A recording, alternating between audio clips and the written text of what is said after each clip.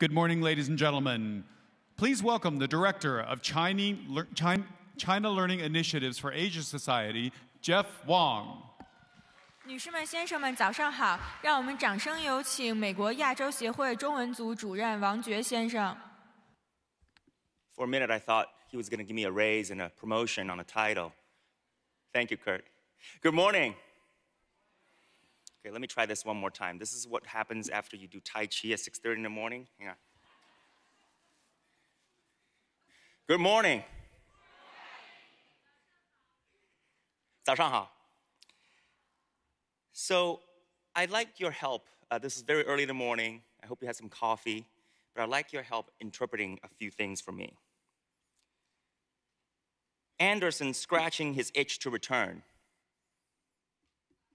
On bright side, light hitting tolerable during a 3-1 start. Strong winds humble the field. Anyone? Does this sound like a foreign language to you?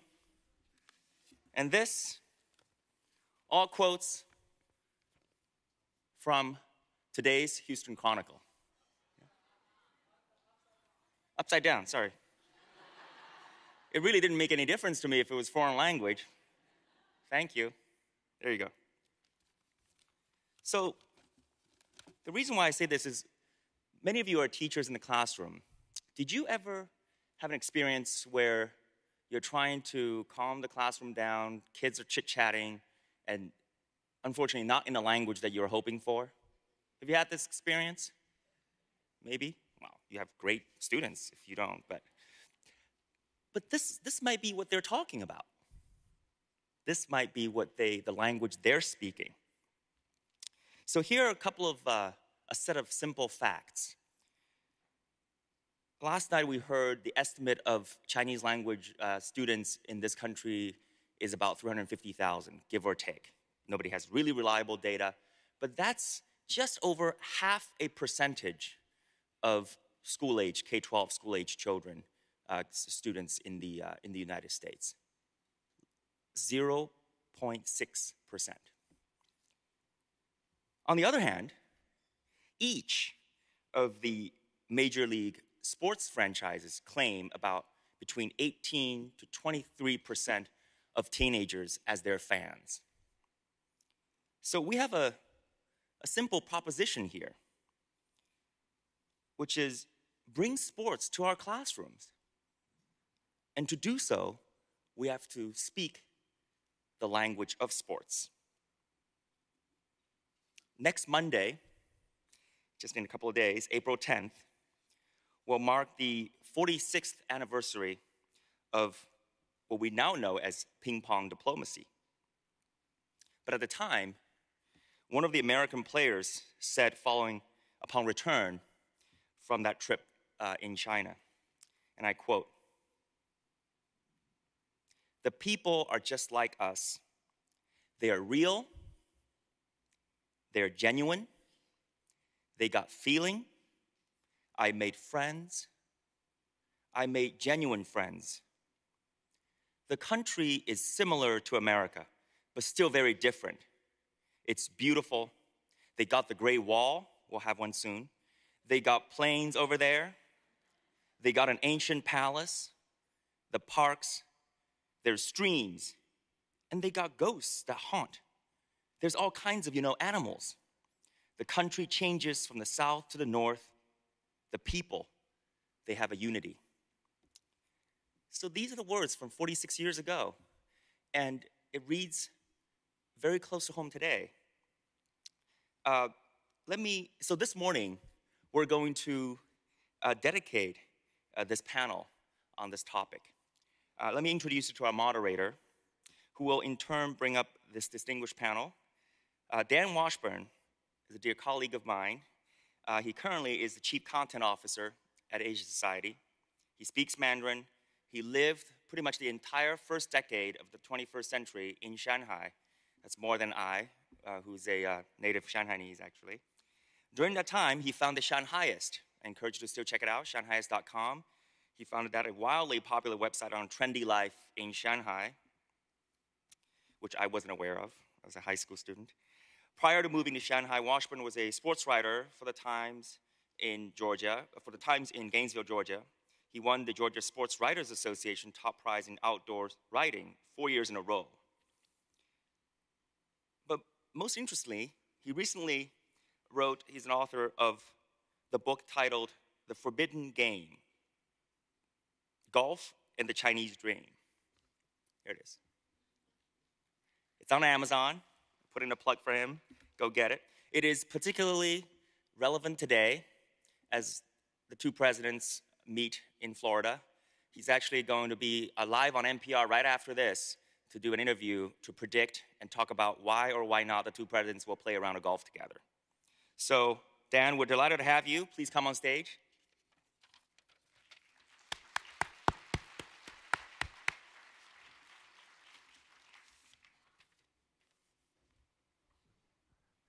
Thank you, Jeff, and good morning, everybody. So everybody in this room understands the value of learning a foreign language and what doing so can help build bridges between cultures. But let's face it, learning a foreign language is really hard, and there are a lot of languages. So sometimes we need to speak in universal languages. Last night, we were able to enjoy one of those quite beautifully, music. And today, we're going to talk about another universal language, and that's sports. Now, sports has long been used as kind of the thin edge of the wedge to try to start discussions between countries that might have complicated relationships. Jeff brought up ping pong diplomacy. It's probably the most famous example of this between the U.S. and China. You may not know that in the 1980s, there was a very short-lived attempt at tea diplomacy, T-E-E. But that ended quite abruptly when one of the young Chinese golfers visiting the United States decided to defect. True story. And most recently, and perhaps most importantly, because we're here in Houston, I think we have what we could call, and what we should call, Yao Ming diplomacy, which lives on to this day. Our three panelists today, in various ways, are using their jobs to help bridge the cultural divide between China and the United States through sports. And so I think we're in for a very interesting conversation. So let me bring up the panel.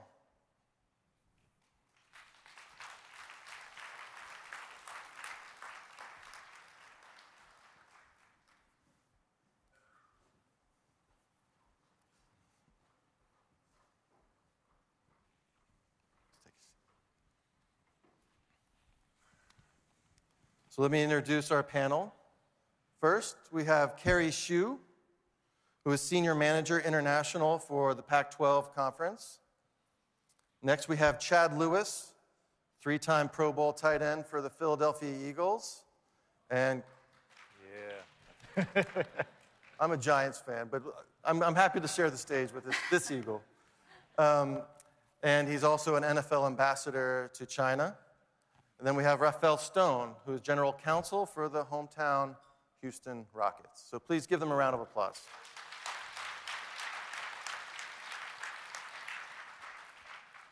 We're going to start today's talk with two very short videos. We have one from Carrie about the Pac-12, one from Chad about language initiatives at BYU. We do not have a Rockets video, but all you need to do is turn on CCTV between October and May, and you will have plenty of Rockets videos for yourself to watch, okay? So let's watch this video about the Pac-12's international efforts, specifically in China.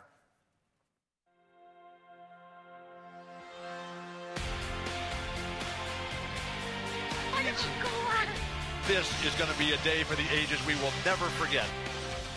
Our universities are having an opportunity to tell the story about the Pac-12, tell the story about their universities. We've been bringing teams over here for a few years on summer foreign tours. We've done Pac-12 All-Star teams in men's basketball, women's volleyball. I think we've raised the bar, not just on the athletic side. This couldn't have turned out any better for you and the Cowbears, hey? But also on the academic side as well. Yes, this is a very significant partnership, really first of its kind for the Pac-12 to team with the world's leading e-commerce company, Alibaba. It's just amazing. The whole story here is amazing. I love the idea of their vision and their purpose for what they do. I want these young people coming to China experience the China culture, experience the history. When they come to our campus, they see our employees and interact with our people, they'll probably find out that there are more similarities between Americans and Chinese. You know, we've had a long-term partnership with the Federation University Sports China, where we've been doing a lot in the way of exhibition games,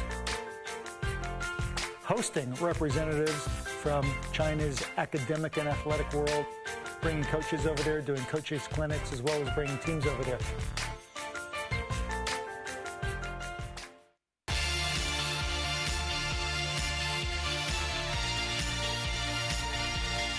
The Pac-12 will also be organizing more global events and distributing Pac-12 Network's live content in territories such as Korea, Taiwan, India, Mexico, Canada, and Europe. We're committed to advancing our Pac-12 global initiatives and providing transformative life experiences for our student athletes through the power of Pac-12 collegiate athletics.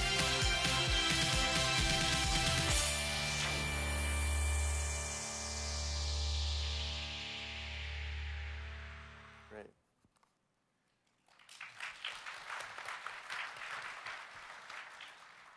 And now we have a short video featuring Chad, filmed in Chinatown in San Francisco. Anybody from San Francisco out there? Yeah, I see a few hands raised. So here we go. Let's roll the BYU video. 你好 ，BYU 有没有听过？央百汉大学中文课程是全美国最大的之一。真好，真好。每个学期有500多个学生上中文课，学生能从66个语言课程选课：俄语、日语、芬兰语、高乌。77%的 BYU 学生会讲2个语言。2个语言。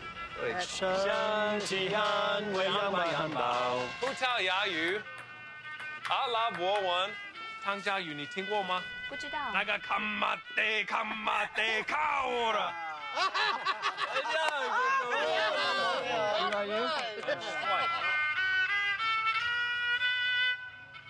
Ra. Yeah.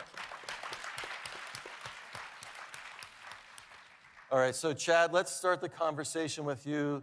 Let's take you back to a time when maybe your Mandarin wasn't so good. You're a 19-year-old arriving in Taiwan as a Mormon missionary.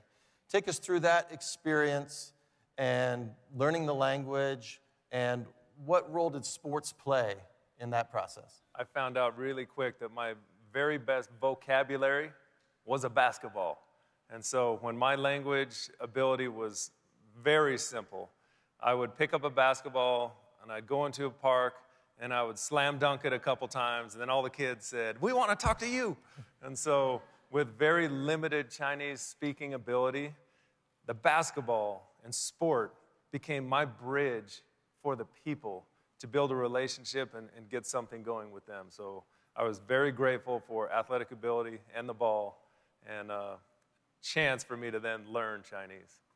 So maybe people were a little bit more open to coming up to you when you were in maybe gym clothes on a basketball court than walking around in the... I would do it in my missionary clothes, my Sunday shoes, and my tie. I'd go up and dunk it.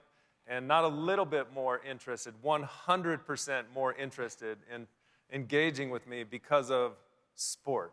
And like you said, last night we heard the universal language of music, I feel the exact same way about sport, whether it's basketball or volleyball or football. It just builds a bridge with people that cuts right through politics, cultures, languages, and I found that it's just a powerful way to connect with people, like the Olympics.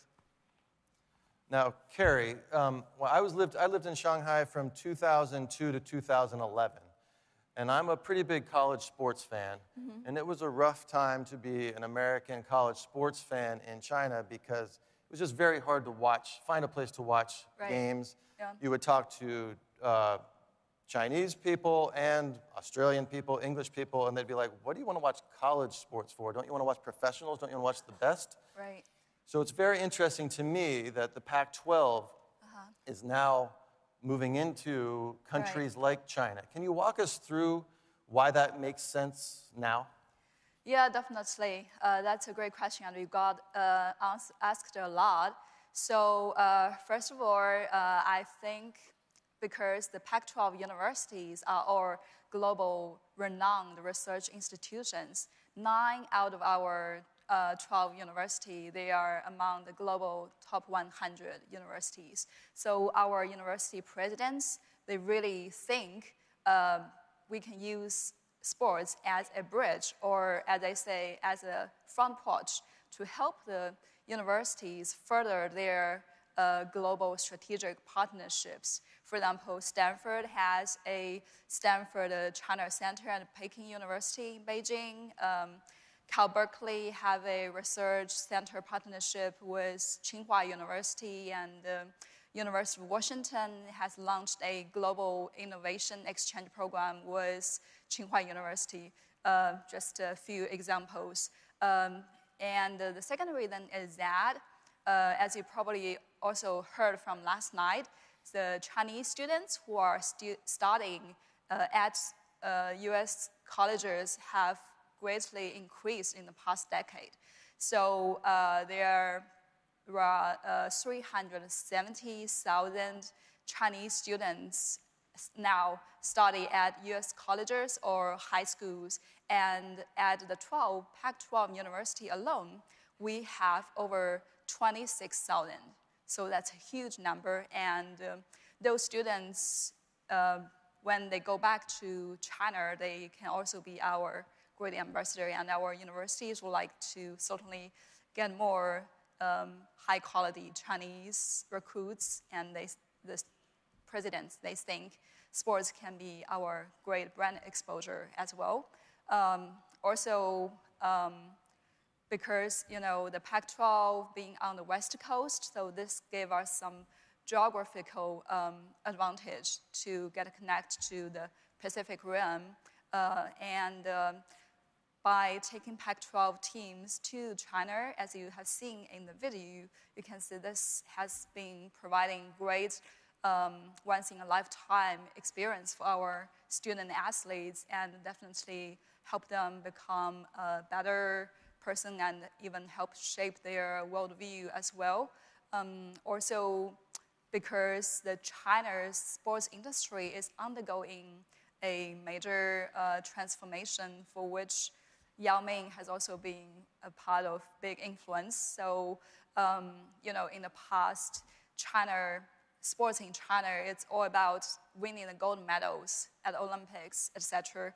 But now the government, they see sports actually can be a very important part of the GDP, and they wanted to make sports part of every person's everyday life. So U.S. being the country that has the most advanced sports industry in the world, China think they can learn a lot from U.S. and also NCAA, Pac-12 being the best examples of perfectly combining academics and athletics. So this also helped educate the Chinese to build a young talent pipeline. Like in the past, Yao Ming has to choose to go to sports academy at a very early age. But as he has been here and he's seeing how NCAA has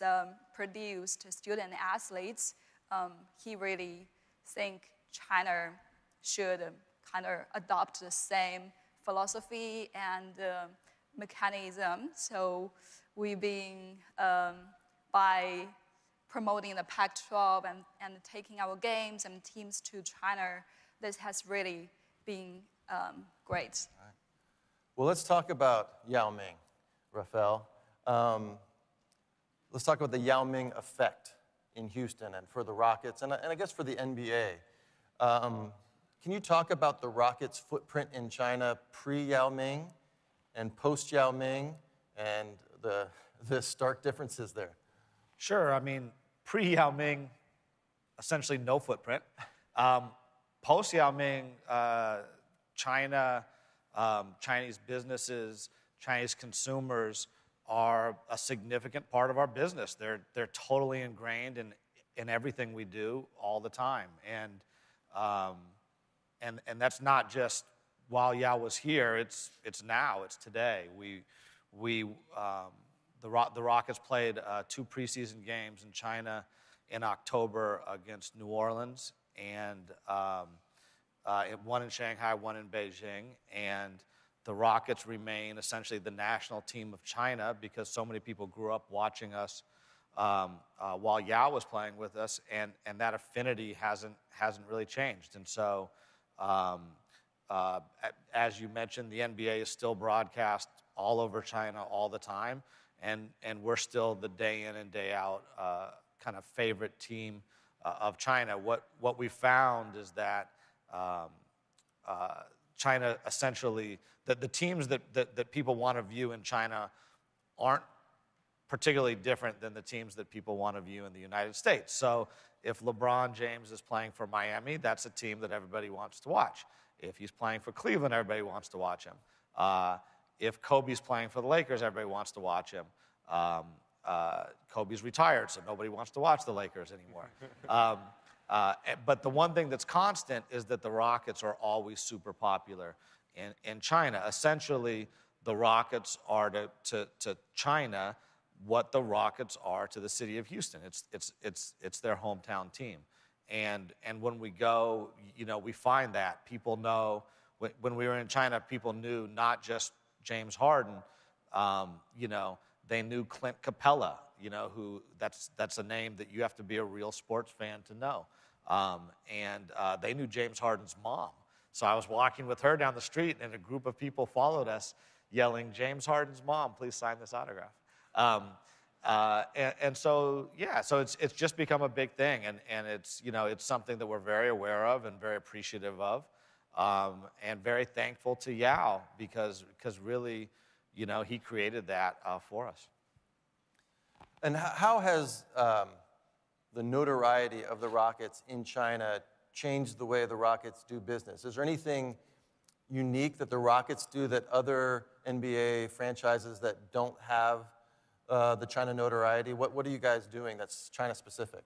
So the NBA developed this company called NBA China, and NBA China holds the vast majority of the rights to do business in China related to the NBA, including the Rockets. So we're very limited in what we can do, but there are some things we can do. One of the ways all NBA teams and all NFL teams make money is we sell corporate sponsorships to multinational corporations. And for us, China is a big,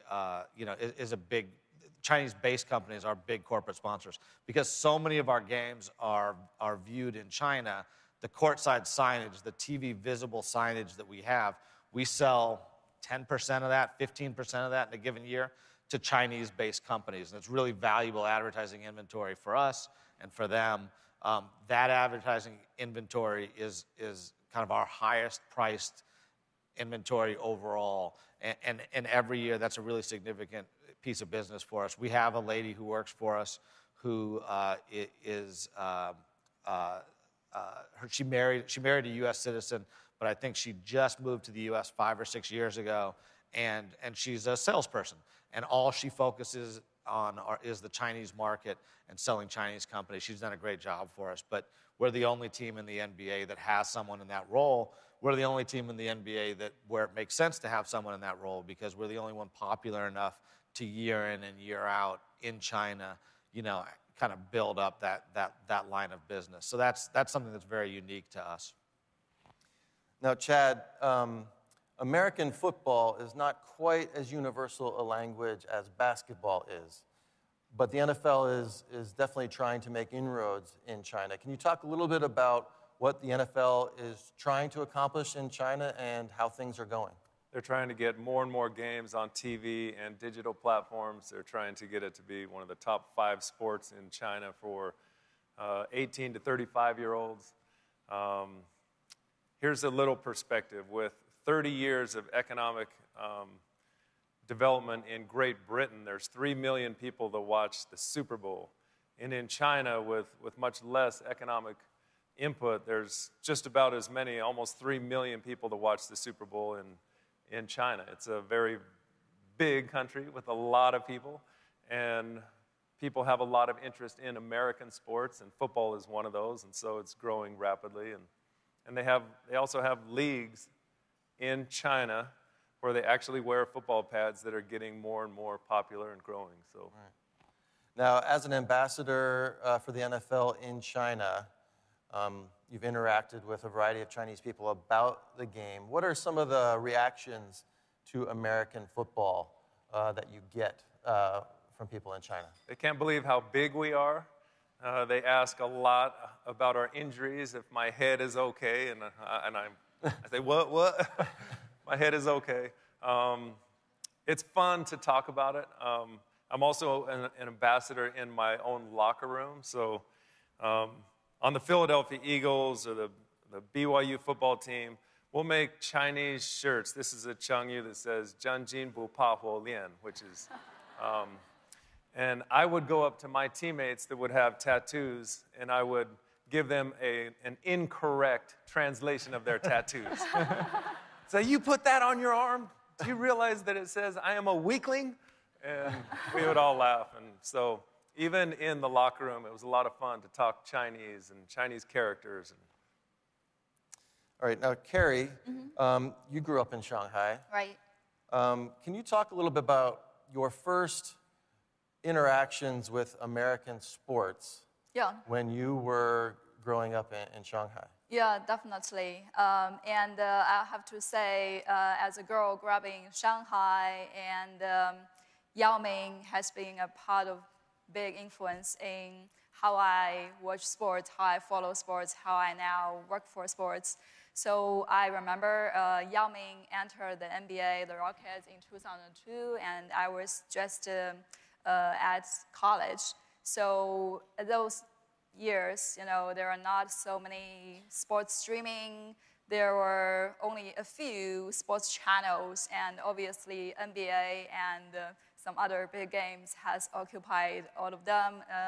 But we didn't have a TV at our dormitory room. So like between class at lunch, my classmates and I will go to those restaurants nearby our campus, and then we will have our lunch while watching Yao Ming play for the Rockets. So that's my favorite earlier sports experience. And now things have changed dramatically. As Chad said, NFL has been streaming their content in China. So Pac-12, NCAA, we've also been streaming hundreds of our live games in China through different digital platforms. And this past March Madness, there were millions of Chinese fans, they watched such games on different streaming platforms. And also, while we have been making progress in China, as you've been seeing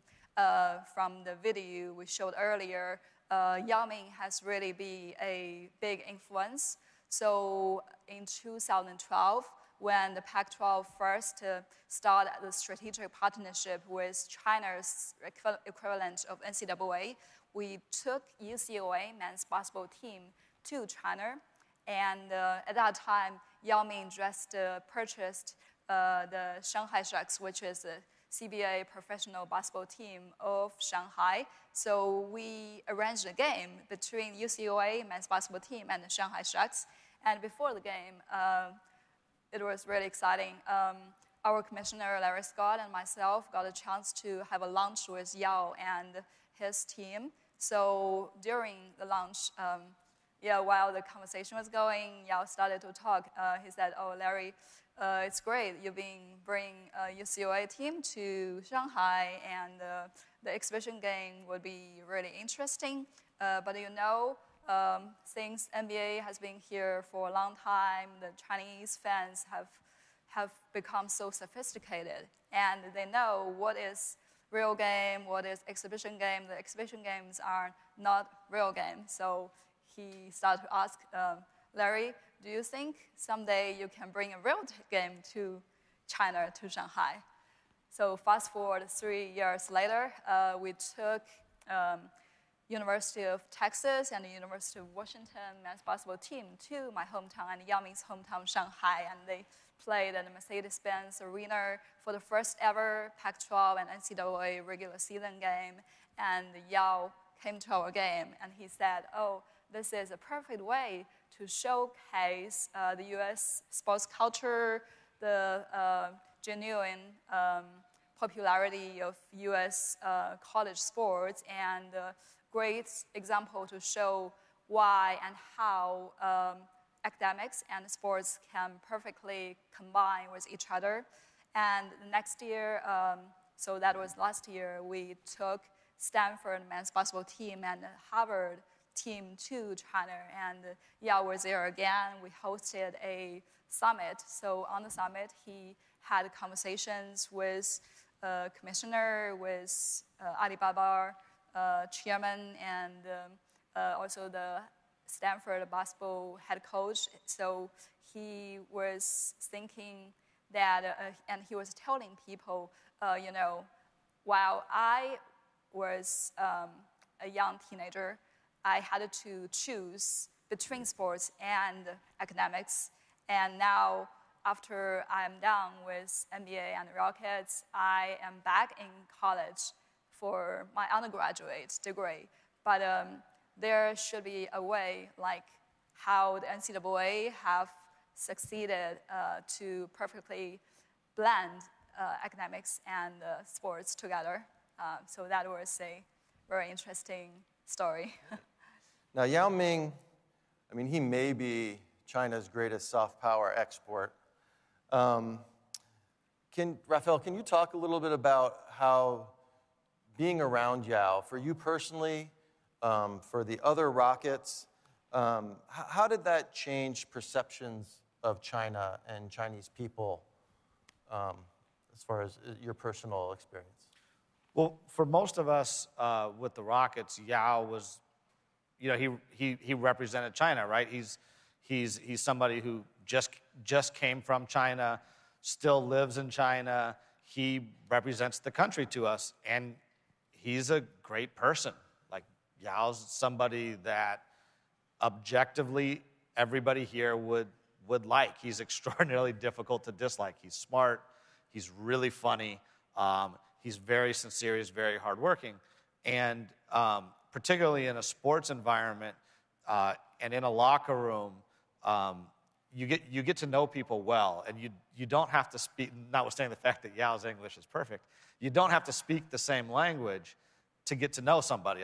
I grew up playing sports, and there were at times kids who English was their second language, or they didn't speak it very well, or even if it was their first language, they didn't speak it very well.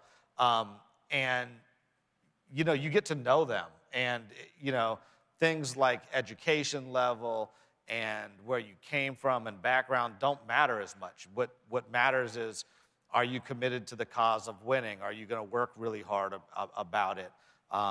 Whether or not you can read a book doesn't impact whether or not you can read a defense. And if our goal is to win a game, we care about reading the defense, not the book, right? So all these surface things that can divide us go away.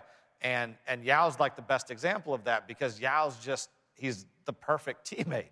So his teammates just loved him. So he's introducing us, and obviously I'm not one of his teammates, but he's somebody I worked with closely, as everybody in our front office. So he's introducing all of us to his country through the prism of Yao Ming as the representative, and you couldn't ask for a better one. So all of us, when we think about China, we think about Yao, and we associate all of these positive things about, about China, because Yao is such a positive person. So there's obviously a danger in associating any one person with any one country, because that person's never going to be perfectly representative of the country. But for sure, Yao Ming is the type of person that every country would be happy to have represent them, because he's an awesome guy. So that would be how I'd describe it. Right. Now, speaking of athletes representing their countries in another country, in 2004, Chad, I wanted to watch the Super Bowl, but I didn't feel like waking up at 6 o'clock in the morning and going to a bar. So I turned on CCTV, and much to my surprise, I saw an American NFL player doing the color commentary in Mandarin, and it was this guy here, Chad Lewis. Can you talk a little bit about how that opportunity came to be, what your initial thoughts of it were, and then how it actually worked out for you? Yeah, we were one game away from going to the Super Bowl. We got beat by the Carolina Panthers. And the day after the game, the NFL asked me if I wanted to broadcast the Super Bowl in Chinese. And I said, I would love to broadcast the Super Bowl in Chinese. Perfect. Hung up the phone. And then I realized, okay, wait a minute. My ability to speak Chinese is all missionary Chinese. I don't know how to say quarterback in Chinese. So I called the NFL back and I said, this won't work because my Chinese ability isn't such that I can do a game. And they said, you're going to be great. Have fun. Just let it roll. So here I was in Houston covering Super Bowl 38, Panthers, Patriots, and I was testifying that Tom Brady was throwing true passes. And so the broadcaster, Mr. Han, would look at me like, that's a very interesting way to call the football game. I used all of my Chinese missionary language to describe the action of a football game. Can you give us some examples? What's some missionary football Chinese? 我知道 Tom Brady 穿得很正确的. So.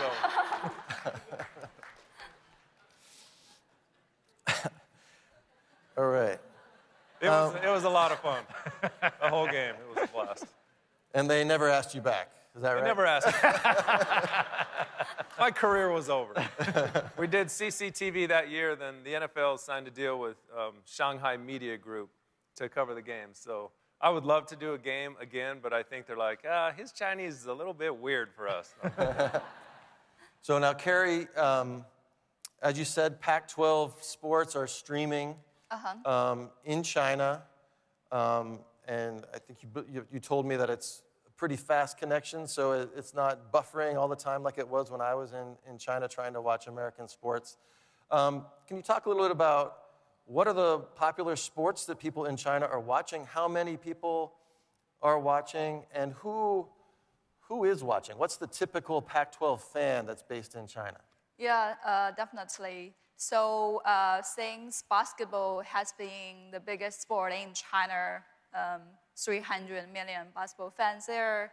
Obviously, basketball is a natural hit of the Pac-12 as well to connect with the Chinese fans. So we've been streaming hundreds of our men's basketball games in China, and it is still the most popular sport for us there.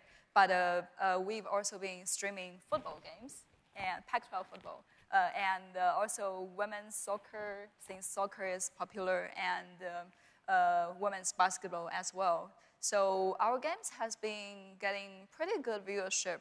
Some games could gather like 300,000 viewership a game. So we've been educating and engaging our fans through all these games. And I think because the Chinese fans really like NBA, and a lot of fans went on to become hardcore NBA fans, and they know that NBA every year drafts the new players from the colleges. So that's why those hardcore fans, they are very interested in getting to know how and who will get into the NBA while they're still at college. So that's why they have been really, really interested in our games. And another big group of our fans are those Chinese who've been to Pac-12 universities or other U.S. universities. For example, this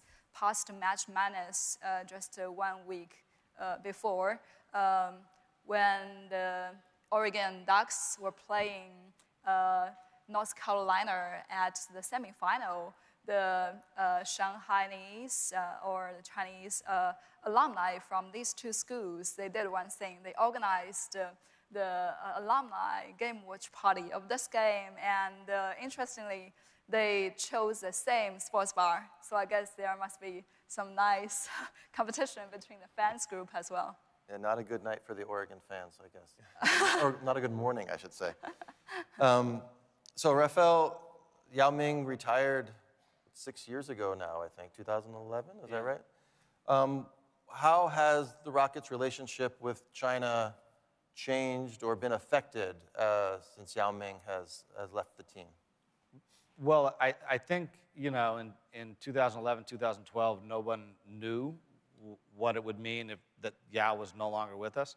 And it turns out it didn't affect things much. We're, like I said earlier, I think because he was with the team for 10 years and because he represented us so well and he was so competitive and we were so good during that time and people were so interested and so vested in him, that translated into being vested in the Rockets generally.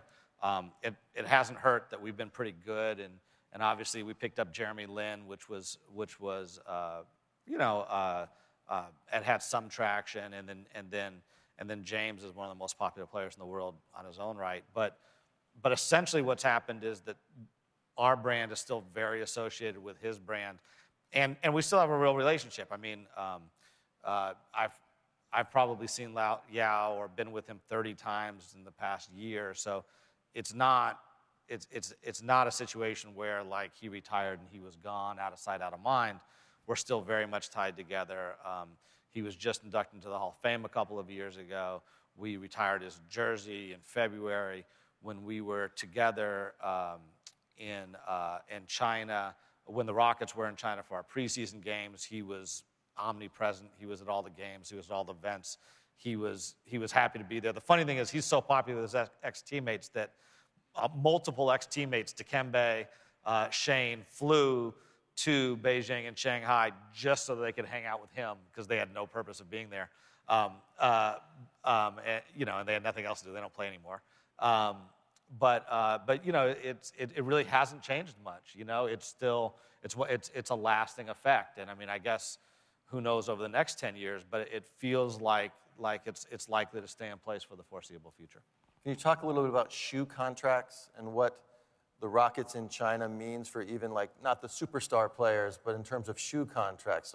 Isn't there a story? Yeah, it's interesting. So shoe contracts are a big source of revenue for NBA players. Star players actually can make more money from the shoe company than they can from their team. Michael Jordan's obviously the best example. He made literally billions of dollars in his business partnership with Nike. And so for your average NBA player, that type of money isn't available. If you're James Harden, it is. If you're using a former Rocket, if you're Shane Battier, normally you would not expect that to be the case. But it turns out if you're a Rockets player, it's different because the Chinese shoe companies, Peak, Li Ning, Anta, they're interested in hiring NBA players to wear their products just like Nike and Adidas are. But their focus isn't the NBA as a whole. It's players who are popular in China, right? And so they have two options. They can get into the bidding wars for the very best players like James Harden, or they can try and pick off super popular Rockets players like Shane Battier, who maybe don't have a huge competitive market. And so that's what they've done. So every year, Rockets guys end up with multi-million-dollar shoe contracts that are very exceptional because Rockets play. You know, Your mid-tier NBA player, who might be a great player but not a global celebrity, generally doesn't command millions of dollars in shoe deals. But if they play for the Rockets, they do, because what ends up happening is the Chinese shoe companies end up bidding for their services, and they do very, very well. So it's a unique benefit to playing for the Rockets. Chad, what did your NFL teammates think about your Chinese language ability and your experiences in China? What kind of questions did you get, reactions? They wanted to hear my stories all the time. So when we would go out to eat, they would say, Chad, tell us your Chinese stories. We love those things. And so I would tell stories about living in Taiwan or my visits to China and the interesting things that happen. I felt like as a person and as a player, the ability for me to speak Chinese, it opened up a whole window in my brain that allowed me to learn football better. Here's a typical play. Red, right, F, left, 322, Y stick, nod, Z, slop, ready, break. And then you got to go do the play. My ability to speak that difficult language helped me to understand football better, quicker, to know what I had to do. And this thing I talked about, this window in my brain, the ability to speak another language, it was so powerful for my confidence, for my mind, my strength. And I look out here and I see all these, there's teachers, administrators that are facilitating kids learning Chinese. It blows me away because you are changing the lives of so many kids. You're opening this same window that's really just turning on power and gifts that they don't even know they have in their lives. And so thank you so much for what you guys are doing. I wish that I was doing that when I was little. So it's about time for us to open it up for questions from the audience. There are 2 microphones here at the front of the room if you want to come up and line up behind them and ask any of our panelists a question. I will get this started with a question, and I'll go to Chad. So you walked on at BYU and became a starter. You were an undrafted free agent and ended up, going to 3 Pro Bowls for the Eagles, but you also learned how to speak Mandarin Chinese. That's right. What of those 3 things was the most difficult? No question, speaking Chinese was the most difficult. Football came natural to me. I had great coaches that taught me. But even still, as I study Chinese every morning, it's such a difficult language that I have to battle every day to... It's humbling for me to have something so difficult that after all these years, I haven't come close to mastering. But what I have learned is I love it more and more and more. I love the language. I love the people, the whole thing. So I'm so grateful that at 19 years old, I was exposed to the Chinese language, the Chinese culture, and the Chinese food. I loved it. I ate a lot of food. So I'm just very grateful. Great, great. Well, we have no one lined up at the microphones right now. Don't be shy. Come on up if you have a question for one of our panelists. I'll ask another question. Carrie, what's the domestic college sports scene look like in China now? You said something very interesting, that there might be coming a little bit less emphasis on the Olympic structure, and people are more thinking of the U.S. model in terms of college sports, which would be a big game changer because it's pretty much non-existent right now. Yeah. So can you talk a little bit about what it looks like, the landscape there now? Yeah, sure. So back in 2012, we have established a strategic partnership with China's NCAA, and they have a China University Basketball League since 1998. So for now, they already have hundreds of teams participating the seasonal each season across the country, but the competition level is still pretty low. It's more like the intramural sports competition level here, and also they don't have so a lot of resource such as money or big staff, administrators, etc., to run the program, and also current viewership, media exposure of such games are relatively relatively low. So that's why our partner in China, they really eager to learn from the Pac-12. Over the past 5 years, we have got hundreds of Chinese school university administrators came to Pac-12 universities to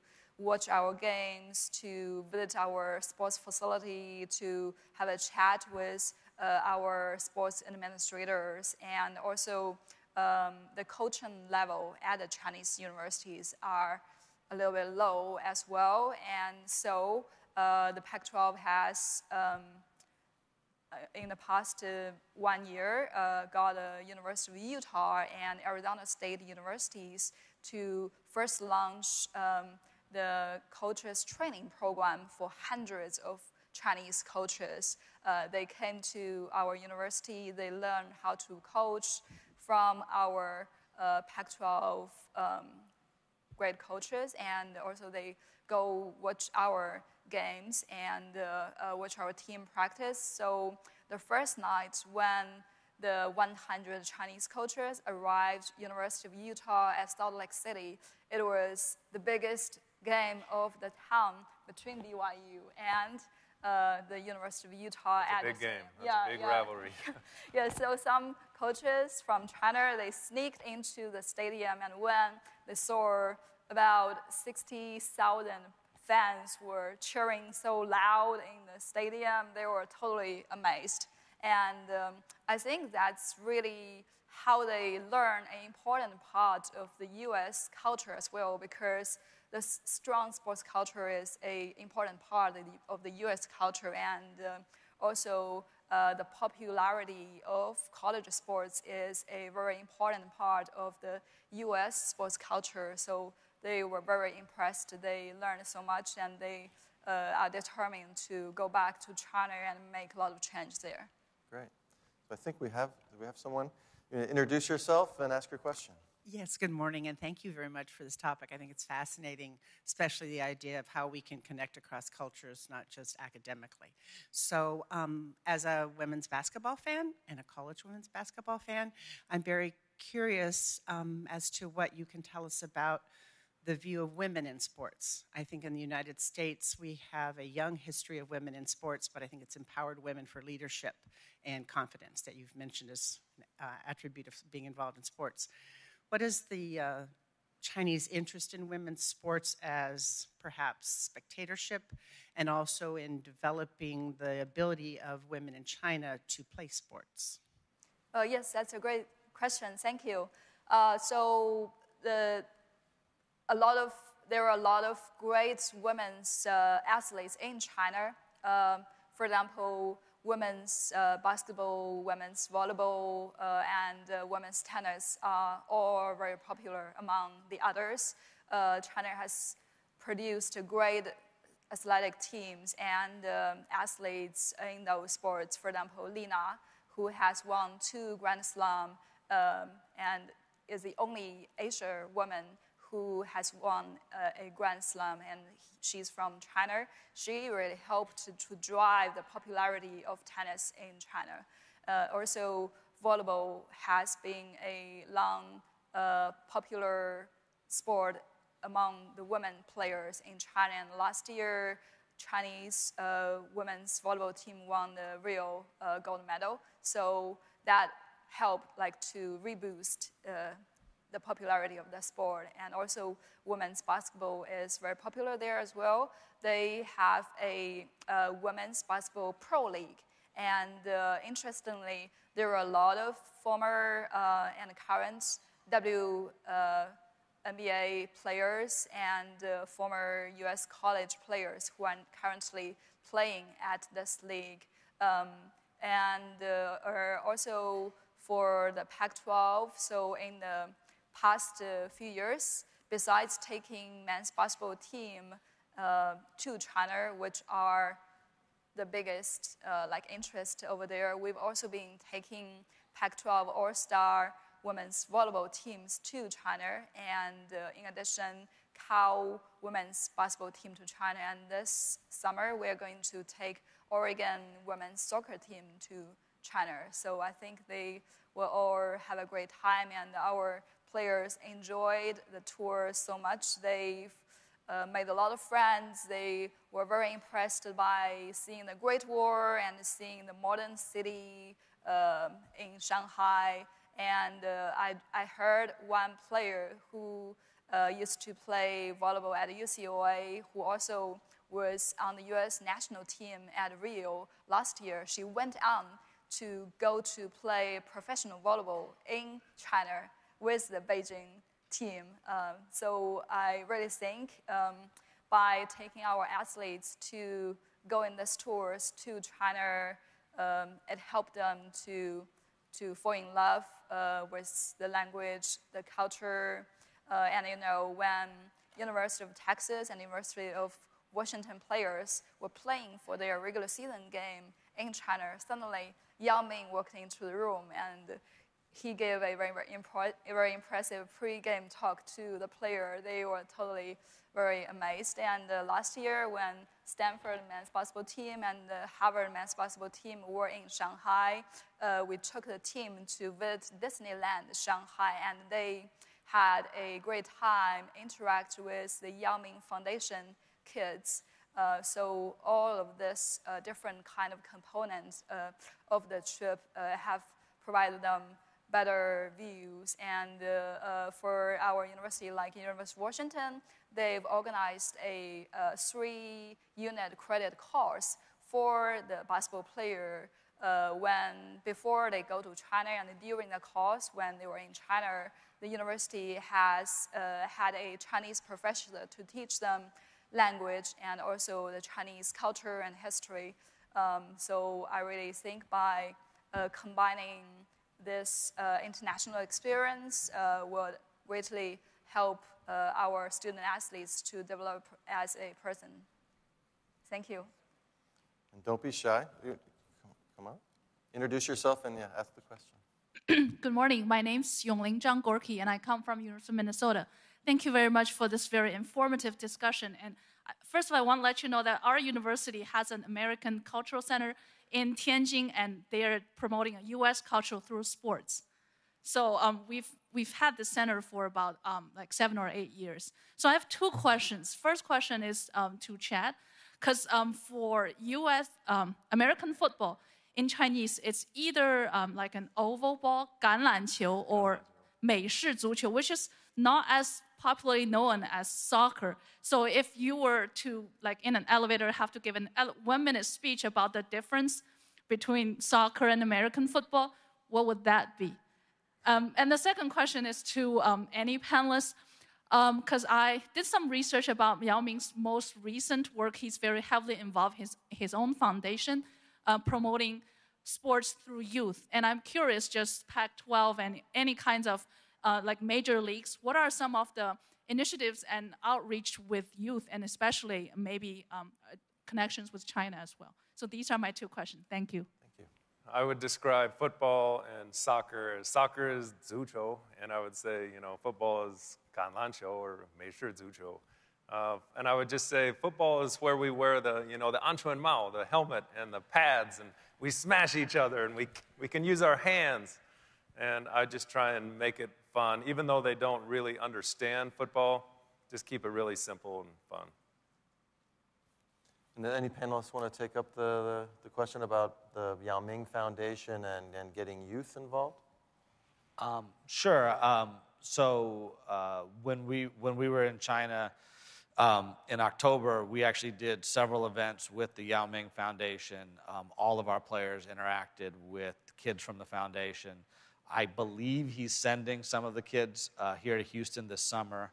And the Yao Ming Foundation, again, I believe you need to talk to him, but my impression is that, I know, I'm sorry. Well, so yes. So I think this is true, but I didn't know the question was coming, so I didn't confirm it. But I think he took a lot of the ideas there from what we do kind of day-to-day here in Houston, right? And We've obviously had 50 years to perfect it, but we do, our focus and our charitable efforts is really kids and education and sports. And, you know, we're a small business compared to, I don't know, Shell or, you know, Exxon or some of the huge businesses here in town. But we get a lot of attention. And one of the cool things about working in professional sports is you can really engage with kids in a way that they really enjoy, and they'll really, you know, they'll be excited about. And so our players go out, you know, multiple times a year to schools, to different events. We host kids at Toyota Center all the time. And we just do tons of stuff around youth basketball and education. Like, the goal isn't to, like, watch kids play. It turns out that if you're really, really good at sports, whether it's basketball or football or soccer or whatever, people are going to find you, they're going to pay attention to you, you're going to be fine. But for those kids who just really love it, you know, it's a great vehicle to try and get them interested in academics. And if James Harden says to you, hey, how are your grades going? It's really important that you know, you don't just pay attention to your coaches, you also pay attention to your teachers. When I was in 6th grade, my favorite subject was English. I loved to write stories. And, you know, that's a bond that can be really, really impactful with, you know, with kids who aren't going to play in the NBA. And we do that all the time. And my sense is that a lot of what Yao does with his foundation was, you know, he picked the best elements of that and has tried to go somewhere with it. And yeah, that's my answer. Chad, what are some of the youth efforts the NFL is trying to make in China? For years, the NFL did the flag football program with middle school kids. And so the World Championships were held in Beijing, where 10 teams from around the world came and competed. And I got to practice with the Chinese team and teach them. It was a lot of fun. Being with the middle school kids, I realized kids are kids, whether you're in America or China. And so I went there with Commissioner Paul Tagliabue at the time, and he was talking to the middle school kids. And when it was my turn to talk, I didn't know what to say other than I just started singing. I said, can you guys please sing with me? Liang zhi lao hu, liang zhi lao hu. And the kids were like, yeah, we like that. And so we sang some songs and just had fun. We went on the field. And so for a week, we went to middle schools and we taught them the game and played with them and sang with them. And it was very fun. Great trip. How do kids in China react to football for the first time? I mean, it's an oddly shaped ball, as has been mentioned. What are some of the reactions from Chinese children? The biggest reaction was, how in the world do you throw that thing and make it go in a spiral? And so we would teach them where to put their fingers on the strings so that when you threw it, you could make it spiral. And that was the best. So we'd had lots of drills of catching and throwing, but the number one thing was, I want to throw a spiral. I think we have time for another question. My name is Kathy Johnson. I'm from Minnesota also. So we have two from Minnesota. I'm from St. Cloud State University and the director of our Confucius Institute. And a question that I have for you, and Jeff knows this well in my work, is advocating for people with disabilities. And so when I look at you on the stage, I haven't heard anyone yet speak about how your organizations are working to include people with disabilities, including and engaging people with disabilities. And I know Yao Ming is on the board of Special Olympics China. So, and with the work of the NFL that you do with kids in multiple dimensions here, how your organizations can be agents of change for promoting and advocating for people with disabilities, and in cross-cultural teaching and learning of Chinese. So that's my question for you. Oh, and we're good friends. Wow. Great question. I don't know what to say for the NFL other than they do so many outreach programs. One is NFL Play 60, where they want every kid 60 minutes a day to engage in some kind of, athletic event. And I think they reach into all kids, whether they have disabilities or not, to engage, to take 60 minutes out of every day and do something. Get outside, kick the ball, catch the ball, run, walk, whatever. Yeah, for Yao, that's been a big. The Special Olympics has been an organization he's been involved with since he was a player with the Rockets. It means a ton to him. And again, one of the things that we did do when we were both in Shanghai and in Beijing was we did interactive kind of play, I don't know, maybe it's not a play date, but we did interactive hours with kids from the local from the local Special Olympics chapters in Shanghai and Beijing. All of our players took 2 hours out of their day. They played basketball with them. It was actually super fun and really special. And we have a bunch of those things that we do locally too. So we try hard. We'd always like to do better, but we try hard. Yeah, for the Pac-12, when we took our men's basketball team to China to play the Pac-12 China game, we also got to work with the Special Olympics there, and we hosted youth basketball clinics for those disabled by the kids from the Special Olympics, and we also invited them to come to watch our games. I think those are really great events. So I think we have 2 questions, or 3. We'll make these the last 3 questions. We're running out of time, but I don't know who was here first, but we'll go over here first. Yeah.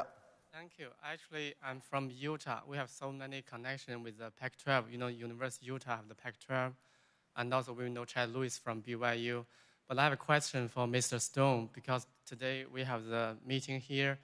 I go over our agenda of the NCLC, but I didn't see anything talking about tonight's game, the Houston play with the game. So if we show our badge to the box office, can we get a special discount? No.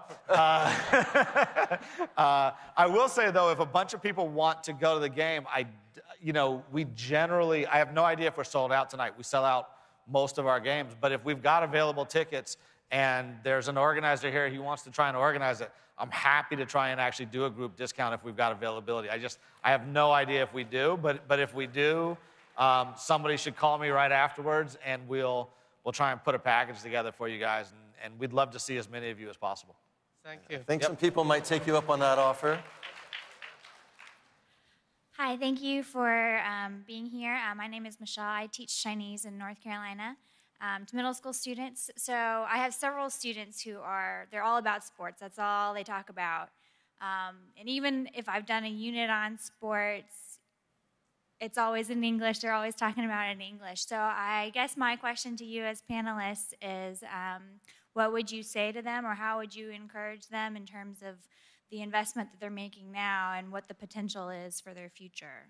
I can so relate to that, talking sports, thinking sports, and maybe in your teaching, if you had a section where it was, okay, you guys pick your favorite sport, let's let you be a broadcaster for, give them a couple minutes where they can research terms, the vocabulary terms of their sport, and let them have a chance in front of the class to cover part of a football or soccer or basketball game.